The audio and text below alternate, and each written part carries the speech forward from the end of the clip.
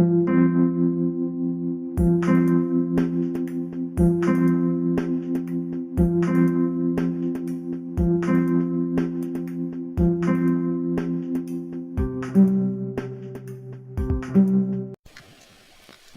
Gundam fans, this is Prime92, and today I'll be looking at the 101-44 high-grade Zogok Unicorn version from the 4th episode of Gundam Unicorn, I believe.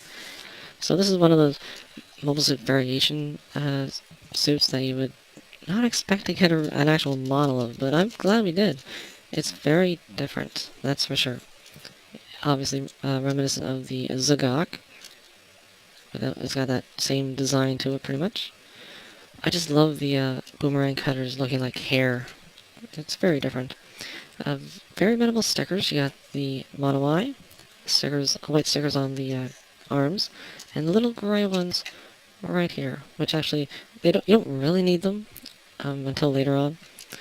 And it's a very nice looking model. I like the backpack. Kind of looks like an engine block. Even has a thruster where the action pieces go. And the feet, even underneath, looks like the Zogok. Now, there are a few problems with the mold. First off, the clear visor. People have said that it's very loose if you don't leave a little bit of plastic from the plate. It'll fall out all the time. I didn't leave any plastic, and it's okay. It does sometimes, if I touch it, it'll fall out. But there's a certain position where you hear a snap, and it seems to stay. So, just be wary of that. You might want to leave a little bit of plastic and test it. Another thing, that's a hollow thumb right there. Now, they could have fixed it with one little piece of plastic right there. Cover that up. It's not super noticeable. I could fix it with claw plate or putty. I shouldn't have to, though. Because it's kind of glaring once you see it. And that, polygon ball joints for the arms. There's a couple in here, and yeah, you know how I feel about those. Knees are fine because they're hinges. That's what they should have done here, but they didn't. So they can come out. They don't really fall out yet. If you move them a lot, they probably will become, the ball joints will become weak, and they might fall out, but so far, it's when you move them a lot. Other than those few problems, it is a very nice looking model. I definitely like the color and the overall design. Now, I did mention the mono eye. If you take off the clear piece, the eye is on a ball joint, so you can move it up, down, left, right, wherever you want. Even some nice detail in there. And like I said, that seems to be the easiest way is to put it up, the instructions show you, and then push down. And there's a little bit of a lock. You can hear a little click. Okay, the arms are on a ball joint at the torso, and also here and here, so you got quite a bit of movement. Hinged elbow, not too much. You got a swivel up here, and then a ball jointed wrist. Now, this is what really bothers me, and it's because it's another case of the design of an older mobile suit hindering the actual model kit. Because this thing has a really good stomach joint. And then you peg in these hoses, which basically stop it. So if you take those off, I'll just unpeg them. Try not to break them. All of a sudden, you got a pretty good stomach joint. But the hoses here stop it completely. So it would have been nice if they gave us a Zaku type one, which has a little, their little grooves, so they allow a little bit of movement. Because it just sucks that you've lost that. You can always leave that out. It's just because it was in the design. Legs are really good at the hips. They swivel, double jointed knee, even hides any gap that would be there. And then the ball jointed feet are pretty decent, all things considered, with the way the armor is. So you can do a pretty good amount of posing here. But like I said, that stomach, if only it wasn't for that hose, it'd be so much better. But still, as it is, it's pretty good. Now, the kit comes with 2 Stormfrost, which it can be mounted on this connector, and you might have noticed, yeah, it broke on mine. I went to pull it off. I pulled it out at a little bit of an angle, I guess, and snap. So I could get that out and glue it back on, I guess, but I don't know. But that's, just be careful. It is a very tight fit, at least mine was. So yeah, but it does hold them. But it doesn't break. Like I said, just keep it in mind.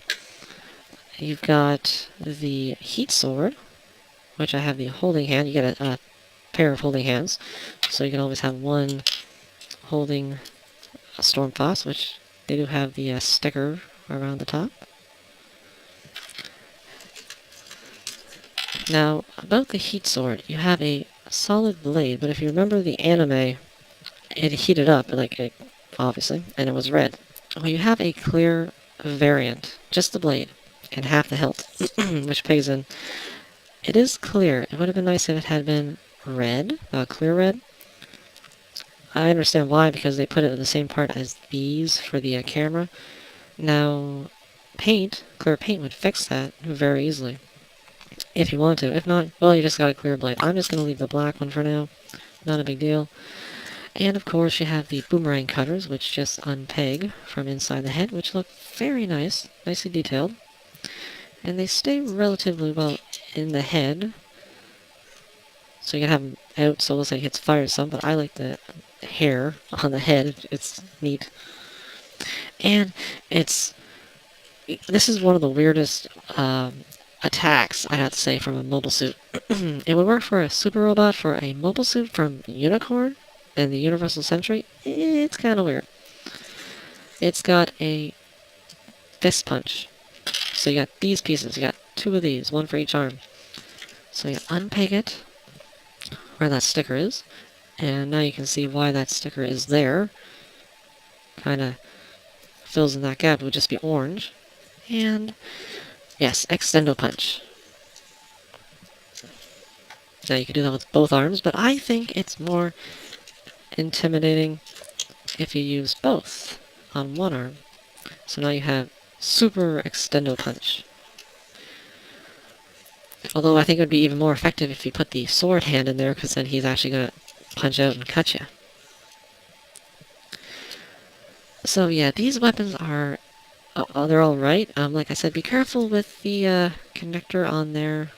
Probably just me, but just be careful. And the other accessories, well, I like the knife blades on the head. The swords, well, yeah, it would be nice if this was clear red. And the fist, the punching fist, it's just funny. It's just a novelty. I like it.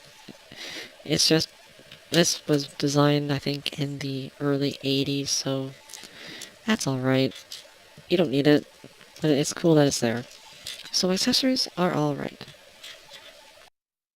Now, compared to a normal size mobile suit, these guys are actually pretty big. You wouldn't think, because of how they're designed, no head, really. But no, they're actually bigger than you'd think. So, yeah, and Double Zeta is a little taller than your average mobile suit, so these guys are a good size. And of course, I can't go without comparing it to the Zogok. And you can see, yeah, definitely look like they belong together. They're definitely from the same family. Although this guy, actual ball joints. Not polycap ball joints, and I've had him for years now.